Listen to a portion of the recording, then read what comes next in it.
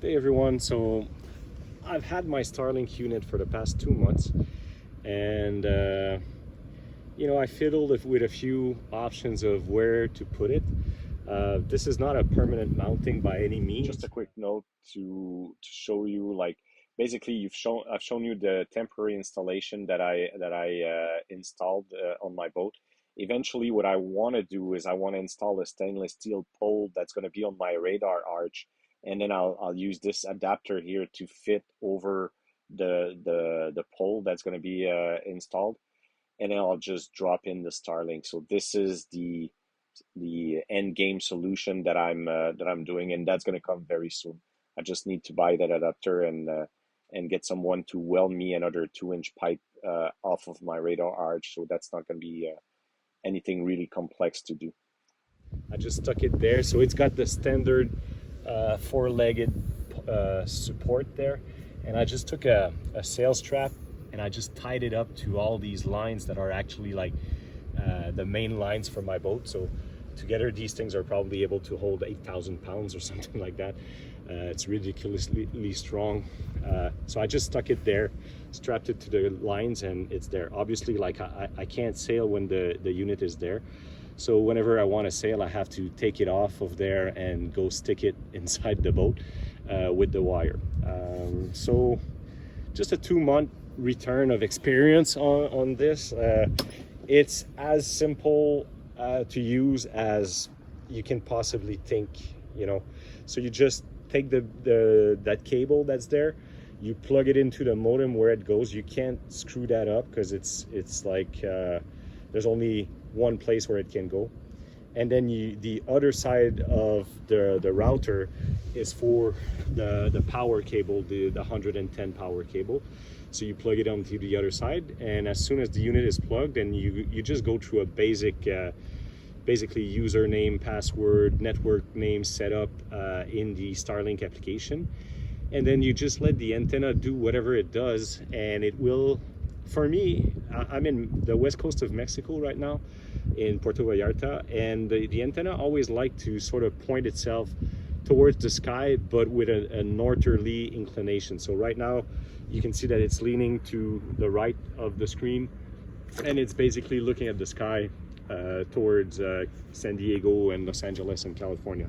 It's kind of weird because you have this big boat there that looks like it could be in the way anyway of the bottom part of the beam, but this has not affected the performance of the antenna in any way. Typically I will get 150 meg per second download, and surprisingly the upload is kind of asymmetric. It's kind of slow on the upload side of things. I'm not sure what causes that, if it's the Wi-Fi or if it's a limitation with the antenna, but I'll get 15 to 20 megabytes per second upload. Now in the sailing world, I have to say these numbers are, for me, life-changing. Like, you have to understand what I've been through. Like, I've been living on this boat, living the sailboat live aboard life for the past 9 years. So I started doing this in 2013.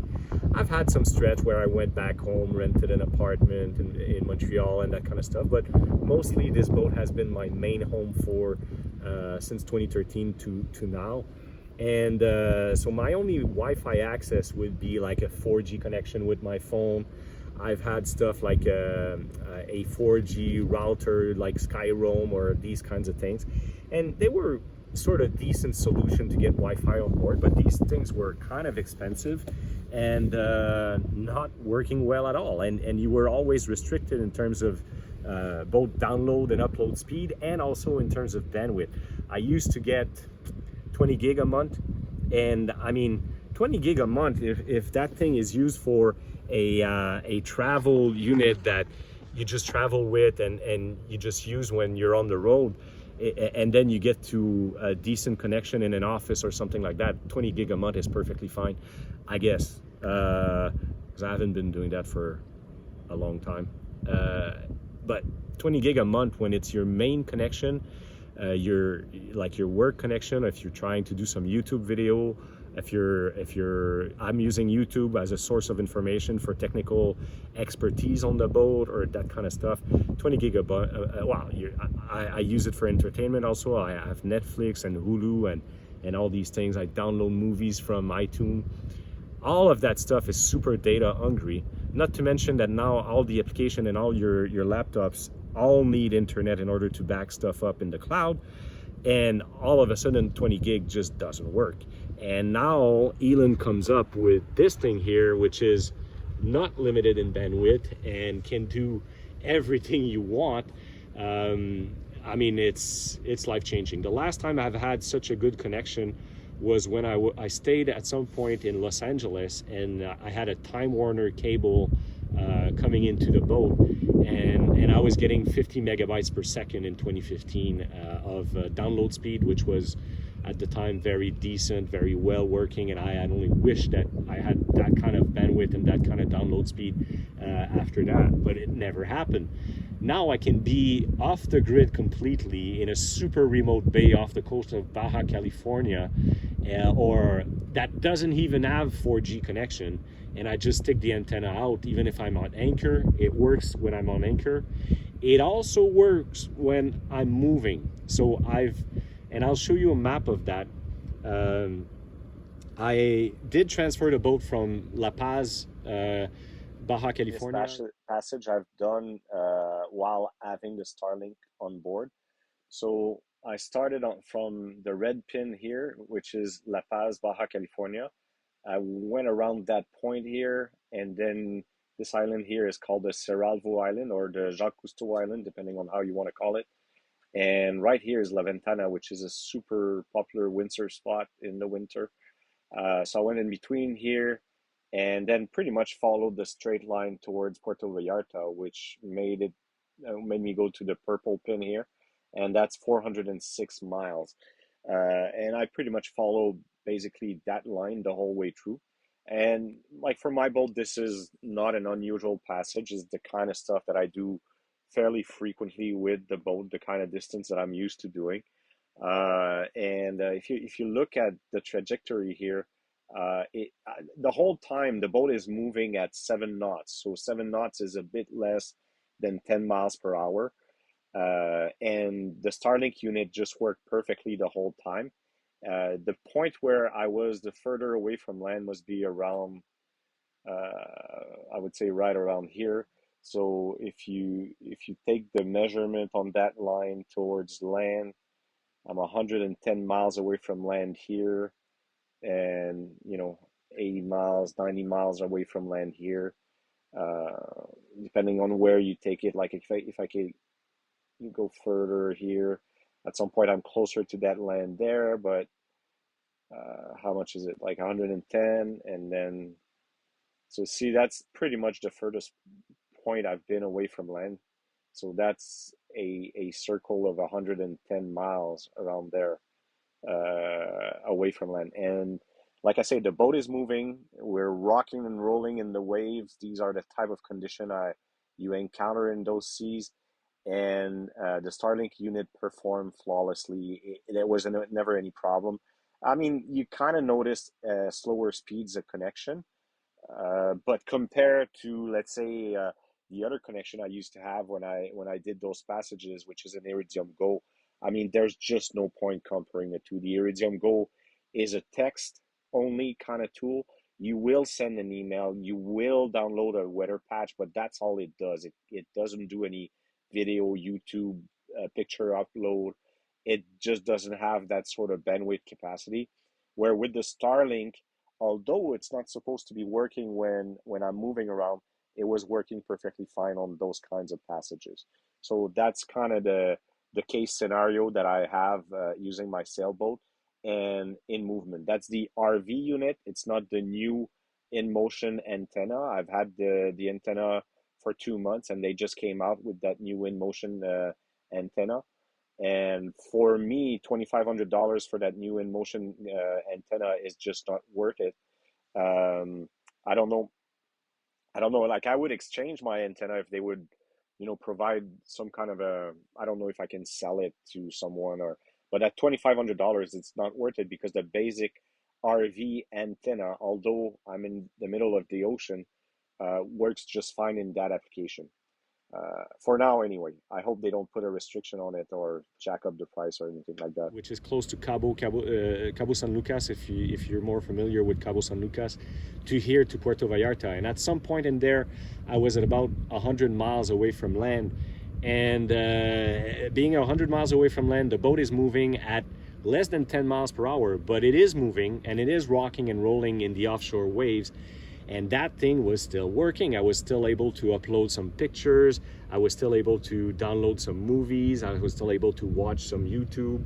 All of that was functional. It was working just fine while I was on shore. Which brings me to the main point that I have as a worry is, since I've got my Starlink, the only thing I worry about nowadays is to lose it or lose that connection. How could that happen? Well, as long as I stay here in Mexico, basically, I'm gonna have a Starlink connection. There's no doubt about that. I just have to pay the monthly fee and it's just gonna work. That's fine. Now, my project with the boat is I want to cross to French Polynesia this year, and I've been saying this for oh so many years, but there's always seems to be something that prevents me from doing it, like COVID, or the boat for some reason I don't feel is 100% ready. And you know, for me, it's important that I go offshore in a boat that is 100% ready to go. So there's always something that prevents me from going. And this year I want to go, but now I'm thinking like, geez, I'm going to get to French Polynesia and lose my Starlink connection. I don't, you know, I'm going to go anyway, but gosh, that's not cool. And the reason why I'm saying that is in the terms and condition of Starlink, they say that if you can't use it to while you're in movement, which right now for me it works. Is it because I haven't been far enough from Mexico, middle of the ocean, that it still works? Is it going to work when I get to French Polynesia? In theory, from what I read in the terms and services, I think it will for a period, maybe a month, maybe 2 months. And then the way I understand the terms and condition, the service should stop working until I get back to Mexico, and then it gets reset once I get to Mexico.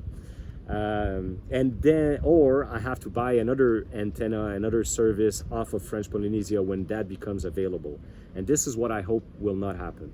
What I would like to see happen, and this is only in my dreams, and please, Techno God Elon Musk, hear me out on this. What I would like to see is I would like to be able to cross the ocean with my Starlink, get to French Polynesia, get to New Zealand, get to Australia, or else where I want to go with the sailboat. And I mean, I'm willing to pay an extra fee. I'm willing to pay a inter-country, intercontinent transfer fee. I'm willing to pay a higher monthly fee, not the maritime $10,000 a month fee, or $5,000 a month, whatever it is. I'm not a super yacht. I can't afford $5,000 a month of data. I don't need a guaranteed service level. I'm fine with the RV moving, best effort in the location, no minimum bandwidth guaranteed service level. I don't want anything. I don't need, like, for example, the Maritime seems to have a guarantee of 350 megabytes per second download speed. I absolutely don't need that. Like, I'm fine with just the best effort that Starlink is able to provide in whichever location I am at. What I'm not fine with is having to buy another antenna in, you know, the next few months.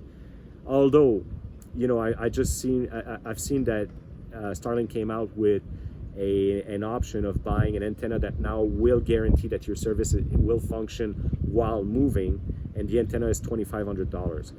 This would make no sense to me, because right now with this unit right there, although it's supposed to not work while you're moving, for me it does the job, and more than well. Yeah, you have to understand, like, when I used to be offshore, when I used to be moving, my only internet communication would be an Iridium Go, which, you know, an Iridium Go will pass information, will pass text, will never pass a photo, will never pass a video, and it's gonna download like a weather patch, but that's it. So, I mean, this here, although it's not supposed to be working while I'm offshore, is a gigantic improvement compared to what I used to have. And my only request is, please, Elon, don't take it away from me. Like, don't make me pay $5,000 a month for this maritime option, which is, from what I understand, is geared towards commercial ship or super yacht with a higher service level guarantee. I'm just saying, like, please just leave my account the way it is. Like, I would understand that it would be a few bucks more a month, let's say, for an option to move from continent to continent.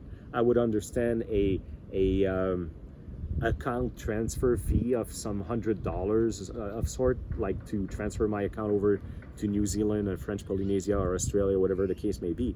What I would not like to see is getting told, well, you have no option. If you're going to stay in Australia, you have to buy $1,000 for a new antenna that I don't need, that has no purpose for me, because I have one that works and all that kind of stuff. So that's my that's my only concern with Starlink. Other than that, the ease of working, the functionality, the quality of data connection that I get out of this, the power consumption was a big concern when I first got the unit. I was worried because the first few report was that the original antenna was 100 watts. And 100 watts, you have to understand, like, I live on these solar panels over there, and more or less my boat is configured with about 1 kilowatt of solar power, and that will be connected to 400 amps of 12-volt batteries.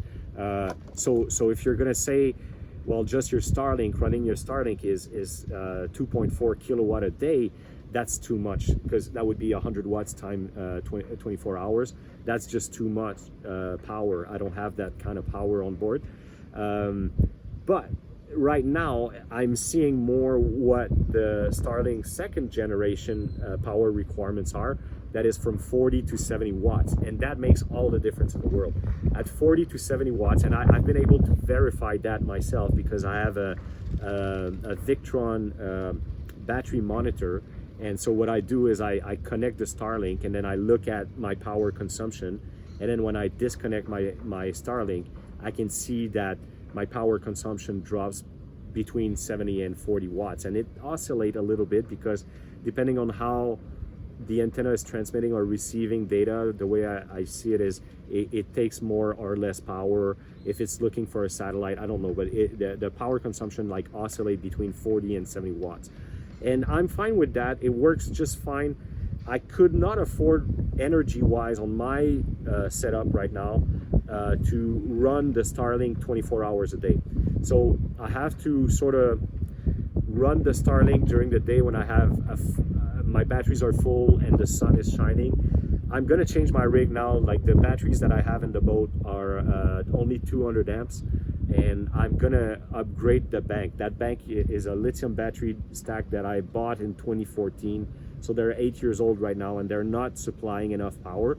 And the battery stack was undersized compared to my power requirement on the boat. It always worked fine, but as the batteries are depreciating with time, now they're becoming unsuitable for the boat. And you know, thank God the lithium battery price have dropped a huge amount. Like, I paid $2,000 US for 200 amps in 2014 when I was in Miami at the Miami Boat Show, because the technology was fairly new and that was the price at the time. Like, right now I'm gonna pay 1,500 US for twice that amount of power, and it's gonna transform my whole power consumption, power management picture, and it will help me run Starlink longer at night without like getting too deep into my power reserves. So that's going to work fine. And I already know that with the amount of solar panel that I have and a stack of 400 amps of battery, I will be able to do pretty much whatever I want with my Starlink unit. And I still run all my other loads, like my water maker, my fridge, my lighting system. Everything's still going to work as it should. So that's already established. So that was kind of a big worry, because if Starlink would have stayed at 100 watts requirement, that's not something that, you know, that would have been painful. I would have found the power on board to sort of run it, because I'm a data junkie. If you haven't understood that yet, I'm completely addicted to data. But you know, with this 40 to 70 watt power consumption, it really is I think very feasible, very reasonable to run a Starlink system on your boat. So like I say, my only concern is as we see Starlink coming up with new lines of product like the aviation line, the maritime line. I'm on the RV line, although I'm on a small sailboat, and I can't afford the aviation price point. I can't afford the maritime price point, and I hope that Starlink will either leave the RV option open and expand the service to intercontinental for small sailboat, or maybe create a small cruising sailboat or small cruising boat sort of options for people like me who are not billionaires and still own sailboat and can afford to travel around the world. So that would be my wish. I hope, please share this video, please like it, please send it to Starlink, please make sure to post it on Elon's Twitter account or Reddit or whatever he uses. And I mean, for safety purposes, for weather planning, for entertainment, for normalcy of life, I mean, I can't have enough good words for Starlink. I just don't want to lose it. Please, please, please, Elon, don't take it away from me. Thanks.